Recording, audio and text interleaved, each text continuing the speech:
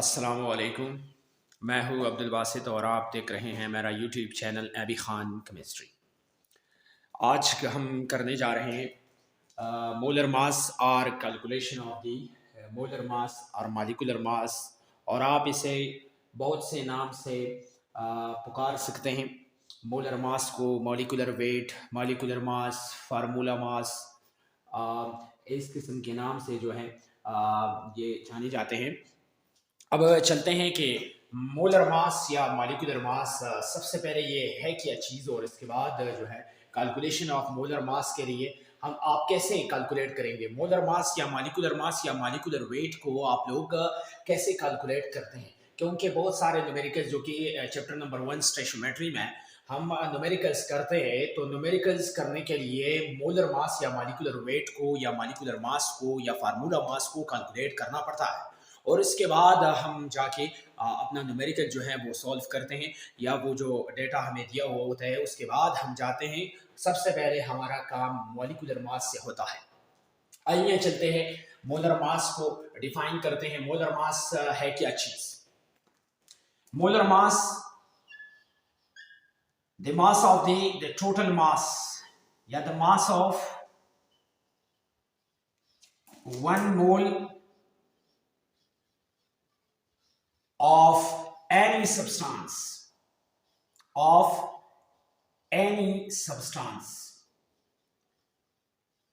जब हम किसी भी सब्सटेंस के जब उसका जो अमाउंट है वो 1 मोल लेते हैं और उस 1 मोल का हम मास कैलकुलेट करते हैं, या उस 1 मोल ऑफ द सब्सटेंस का जितना मास होता है उस मास को हम कहेंगे मोलर मास। लेकिन ये मोलर मास जो है ये स्पेसिफिकली मॉलिक्यूल के लिए यूज होता है।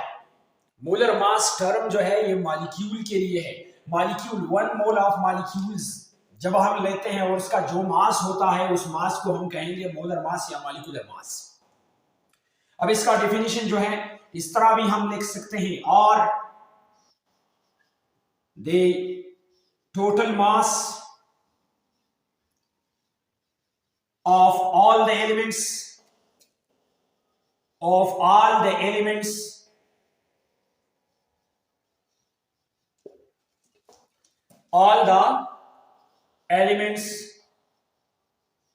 in a molecule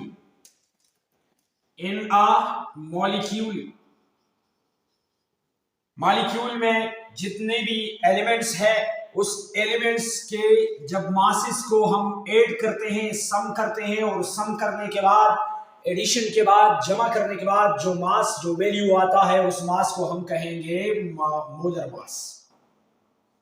अच्छा जी, इसका डिफिनीशन आप ऐसे में लिख सकते हैं कि जब हम एक मॉलिक्यूल की मास को देखिए जी, जब हम मॉलिक्यूल की मास को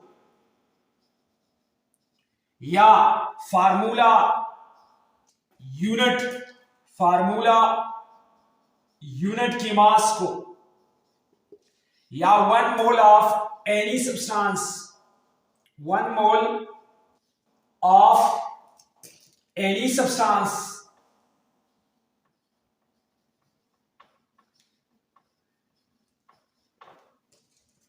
या मास ऑफ एनी सब्सटेंस को, मास ऑफ एनी सब्सटेंस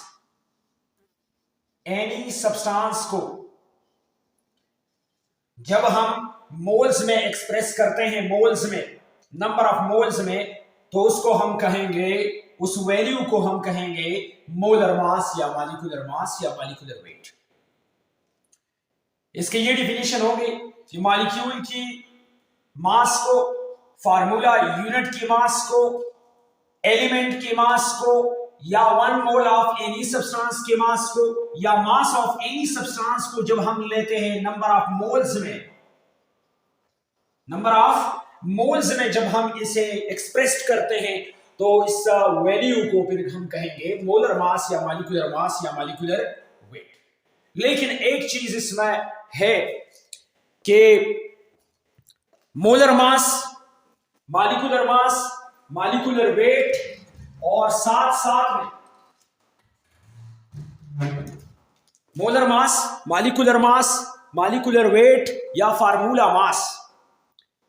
इसको जब हम मोल्स में एक्सप्रेस करते हैं, मॉलिक्यूल के मास को, फार्मूला यूनिट के मास को, 1 मोल ऑफ एनी सब्सटेंस के मास को जब हम मोल में एक्सप्रेस करते हैं तो उसे हम कहेंगे मोलर मास।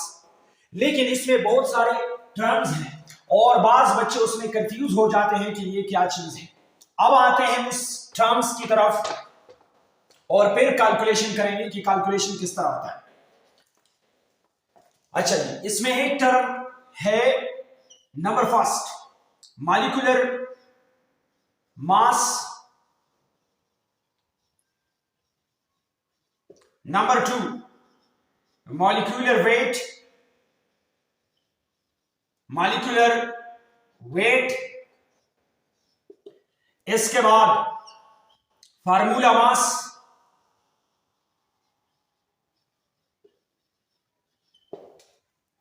और साथ में मोलर मास। Molar mass. अच्छा जी, ये टर्म्स आते हैं और जब ये टर्म्स आते हैं कि आप क्वेश्चन में या न्यूमेरिकल में ये देते हैं कि फाइंड आउट मॉलिक्यूलर मास, तो बच्चे जो है वो कंफ्यूज हो जाते हैं कि मॉलिक्यूलर मास क्या होता है। वो तो मोलर मास को जानते हैं लेकिन मॉलिक्यूलर मास को नहीं जानते। और अब अगर इसको हम तब्दील करते हैं, मॉलिक्यूलर मास की बजाय हम मॉलिक्यूलर वेट डालते हैं क्वेश्चन में, तो उसको भी फिर नहीं जानते हैं। और अगर फार्मूला मास को डालते हैं या क्वेश्चन में दिया होता है कि इस न्यूमेरिकल में जो सब्सटेंस दिया गया है आप इसका फार्मूला मास जो है वो कैलकुलेट करें, तो हमें फिर पता नहीं चलता है, बच्चे जो हैं वो कंफ्यूज हो जाते हैं। अच्छा जी, अब इस टर्म्स की तरफ आते हैं कि ये टर्म्स किस लिए इस्तेमाल होते हैं और ये क्या क्या है। सबसे पहली बात, मोलर मास, मॉलिक्यूलर वेट और मॉलिक्यूलर मास ये एक ही टर्म्स हैं और ये मॉलिक्यूल के लिए इस्तेमाल होते हैं। मॉलिक्यूल के लिए कि मॉलिक्यूल का मास जब हम मोल में एक्सप्रेस करते हैं या उनमें जो एलिमेंट्स है, मॉलिक्यूल में जो एलिमेंट्स मौजूद है उसके तमाम एलिमेंट्स के एटॉमिक मासेस को जब हम सम करते हैं और उसके बाद जो वैल्यू आते हैं उसको हम मॉलिक्यूलर मास, मॉलिक्यूलर वेट या मोलर मास कहते हैं।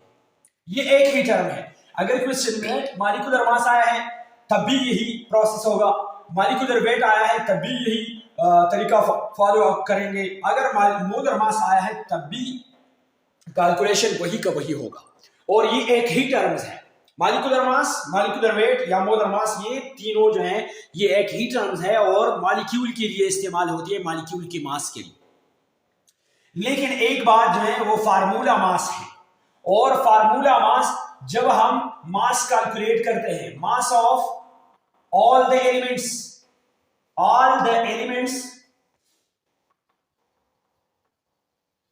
in a formula unit, in a formula unit, ठीक है जी। फार्मूला यूनिट में जितने एलिमेंट्स हैं उसके मास को जब हम कैलकुलेट करते हैं उसके मास को फिर कहेंगे फार्मूला मास। और अब फार्मूला यूनिट किस लिए इस्तेमाल होता है? ये फार्मूला यूनिट जो है ये आयनिक कंपाउंड्स के लिए इस्तेमाल होता है, क्योंकि आयनिक कंपाउंड्स का जो रिपीटिंग यूनिट होता है, जो ब्लॉकिंग यूनिट होता है या जो बिल्डिंग यूनिट होता है वो फार्मूला यूनिट होता है। और मॉलिक्यूल के लिए या कोवेलेंट कंपाउंड जो है वो बनते हैं मॉलिक्यूल्स से, कोवेलेंट कंपाउंड्स मॉलिक्यूल से ही बनते हैं। और उस कोवेलेंट कंपाउंड का जो रिपीटिंग यूनिट है या बिल्डिंग यूनिट है वो मॉलिक्यूल होता है, तो इसी वजह से उनके लिए हम टर्म यूज करते हैं मॉलिक्यूलर मास, मॉलिक्यूलर वेट या मोलर मास, ठीक है जी। और फार्मूला मास जो है जब हम फार्मूला यूनिट की मास को कैलकुलेट करते हैं उस मास को फिर हम कहेंगे फार्मूला मास, या the mass of the formula unit is known as formula mass. The mass of the total mass of all the elements in a formula unit is known as formula mass। और ये जो molar mass है ये सब के लिए इस्तेमाल होता है, फार्मूला मास, मॉलिक्यूलर वेट और मॉलिक्यूलर मास के लिए, ये सब के लिए है, ये कॉमन है। क्योंकि जब हम 1 मोल सब्सटेंस लेते हैं और उस 1 मोल के सब्सटेंस के मास को कैलकुलेट करते हैं, उसके मास को फिर हम कहेंगे, उस 1 मोल ऑफ एनी सब्सटेंस के मास को फिर हम कहेंगे मोलर मास, ठीक है जी। तो ये कुछ टर्म्स थे, ये टर्म्स जो है इसमें बच्चे कंफ्यूज हो जाते हैं, तो इसी वजह से मैंने ये एक्सप्लेन किए। अब मेरे ख्याल में डाउट जो है वो आपका क्लियर हो चुका होगा। अच्छा जी, इसके बाद आते हैं कैलकुलेशन की तरफ की कैलकुलेशन किस तरीके से हम करेंगे, मॉलिक्यूलर मास या मॉलिक्यूलर वेट का कैलकुलेशन किस तरह करेंगे। आइए एग्जांपल में लेता हूं, मिसाल के तौर पर ये मेरे पास एक फार्मूला यूनिट है NaCl, और इसका मैं मॉलिक्यूलर मास, फार्मूला मास या मोलर मास जो है वो कैलकुलेट करता हूं। किस तरह? ये मोलर मास, मॉलिक्यूलर मास या मॉलिक्यूलर वेट जो है ये कैपिटल M से डिनोट होता है, और जिसका हम मालूम करते हैं उसको इस ब्रैकेट में ला के रखते हैं NaCl। अच्छा जी, अब सबसे पहले हम एटॉमिक रेशो जो है उसके लिखेंगे। सबसे पहले सोडियम है, और सोडियम जो है इसका रेशो जो है या नंबर ऑफ एटम्स जो है वो 1 है, तो 1 into atomic mass of sodium plus 1 into atomic mass of chlorine Cl। ठीक है जी, 1 और सोडियम की इस सिंबल की बजाय हम लिखेंगे इसके मास को 23 और प्लस 1 Cl की बजाय लिखेंगे उसके मास को 35.5, और इससे आएगा, जब हम इसको मल्टीप्लाई करते हैं तो इससे आएगा 23 और प्लस 35.5, तो इससे लास्ट में आएगा 58.5 ग्राम पर मोल। ये होगा formula mass of the NaCl, formula mass of NaCl, क्योंकि यह आयनिक कंपाउंड है और NaCl का जो कंपाउंड होता है NaCl कंपाउंड, इसमें फार्मूला यूनिट जो है वो NaCl ही होता है, तो आप इसको फार्मूला मास ऑफ NaCl भी कह सकते हैं और मोलर मास ऑफ NaCl भी कह सकते हैं।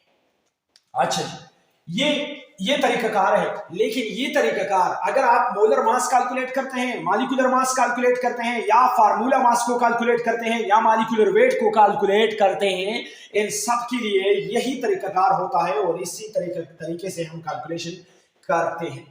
अच्छा, एक और एग्जांपल, मिसाल के तौर पर मेरे पास ग्लूकोज है, ग्लूकोज ये है ग्लूकोज C6H12O6, ठीक है जी, एक मॉलिक्यूल है। इसका हम मॉलिक्यूलर मास कैलकुलेट करते हैं, तो molecular mass of glucose C6H12O6 ये लेते हैं। सबसे पहले कार्बन है, और कार्बन का जो एटम्स है, नंबर ऑफ एटम्स वो 6 है, into atomic mass of carbon plus 12 into atomic mass of hydrogen और plus 6 into atomic mass of oxygen. अच्छा जी, 6 कार्बन की बजाय इसके एटॉमिक मास को लिखेंगे 12 प्लस 12 इंटू हाइड्रोजन के एटॉमिक मास को लिखेंगे यहां पर 1 और 6 इंटू ऑक्सीजन के एटॉमिक मास को 16 ही लिखेंगे। इसको इससे मल्टीप्लाई कीजिए, इससे आएगा 60 प्लस 72 आएगा, 72 प्लस 12 और इससे मेरे ख्याल में आएगा 96। अब जब इन तमाम को हम सम करते हैं तो इससे आएगा 180 और इसका यूनिट लगाएंगे ग्राम पर मोल। मतलब ये, इसका मतलब ये हो गया कि ग्लूकोज के हर मॉलिक्यूल का इतना ही मास होगा, 180 ग्राम मास होगा, ठीक है जी, पर मोल। अच्छा जी, इसके बाद यही तरीकाकार है, हम आप जो भी फाइंड आउट करते हैं, मॉलिक्यूलर मास को, मोलर मास को या फार्मूला मास को आप कैलकुलेट करते हैं, तो इसी तरीके से कैलकुलेट करेंगे। अब इसका एटॉमिक मास जो है वो कहां से आपने लगाना है, तो पीरियोडिक टेबल में एलिमेंट्स होते हैं और उस एलिमेंट्स के साथ साथ एलिमेंट्स के बास पीरियोडिक टेबल ऐसे होते हैं। मिसाल के तौर पर मैं कार्बन लिखता हूं, कार्बन के ऊपर उसका एटॉमिक नंबर होता है और नीचे जो है वो इसका एटॉमिक मास होता है या मास नंबर होता है।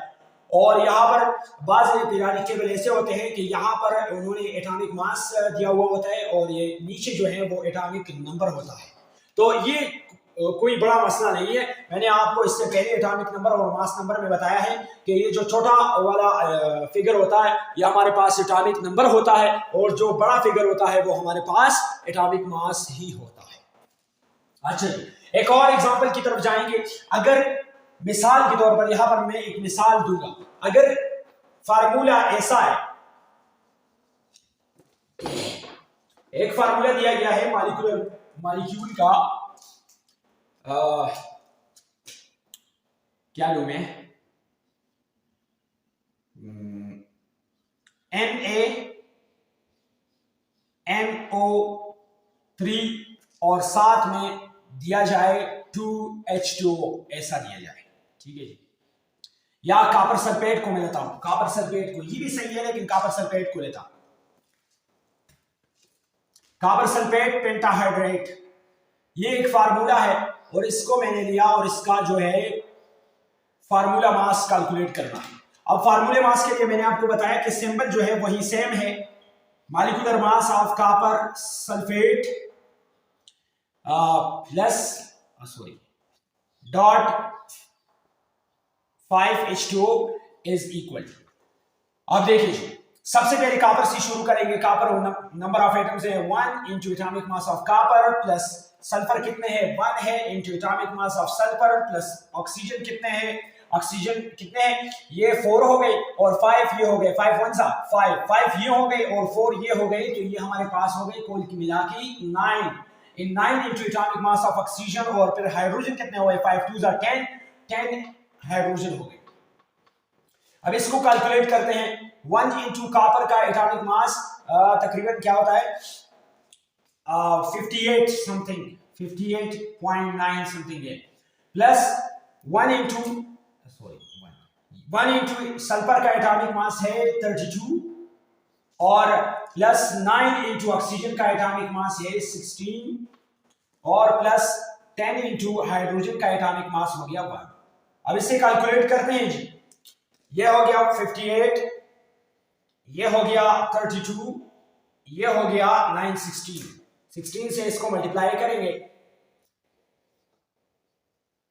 54 5 9 1 सा 9 और 5 ये हो गया 14, तो 144 और प्लस 10। इस तमाम को जब हम सम करते हैं तो 144 प्लस 10 प्लस 32 और प्लस 58 को कैलकुलेट करते हैं। आइए 8 और 2 8 and 2 ये 10 हो गए और साथ में 4 है 14 हो गए। 4 लेते हैं, एक जो है वो 1 यहां चला गया, 5 6 7 8 9 और 5 14, 1 सेकेंड 14 हो गए, 1 फिर चला गया, ये हो गए 244। तो ये जो 244 है, इस 244 के साथ ग्राम पर मोल लिखेंगे, इसका यूनिट है। और इसी तरीके से हमने कैलकुलेट किया इसके कॉपर सल्फेट पेंटाहाइड्रेट के मोलर मास को या फार्मूला मास को, क्योंकि यह कंपाउंड कंसीडर किया जाता है तो इसी वजह से फार्मूला मास ही होगा। इसी तरीके से आप डायरेक्ट भी कैलकुलेट कर सकते हैं, लेकिन बात क्वेश्चन ऐसे होते हैं कि बच्चों को मुश्किल होता है कि कैसे इसे कैलकुलेट कर दिया जाए। इसी वजह से मैंने आज ये टॉपिक सेलेक्ट किया था कि आज मोलर मास ही करेंगे और मोलर मास के बाद जो है जो जितने भी टॉपिक्स हैं, वॉल्यूम के टॉपिक्स है या मोल के कन्वर्जन के टॉपिक्स है या मास कन्वर्जन के टॉपिक्स हैं, उसको इंशाल्लाह या एवोगाड्रोस नंबर ऑफ पार्टिकल्स के जो कन्वर्जन है उसको फिर बाद में करेंगे। लेकिन सबसे पहले ये मोलर मास जो है ये लाजिमी था, इसी वजह से आज मैंने ये टॉपिक एक्सप्लेन करना जरूरी समझा।